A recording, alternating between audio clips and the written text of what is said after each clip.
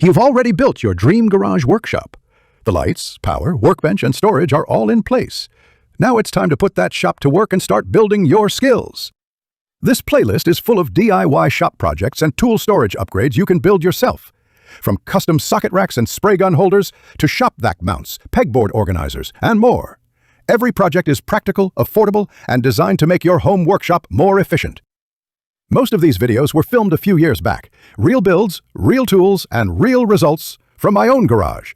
You'll see how simple materials like scrap wood, PVC, and sheet metal can turn into professional quality DIY tool organizers and shop upgrades that last.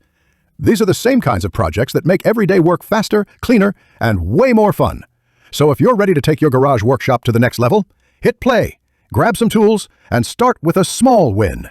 I'm Sparky, and this is DIY Shop-Made Solutions, tool storage and shop upgrades, your next step in building a smarter, better organized shop.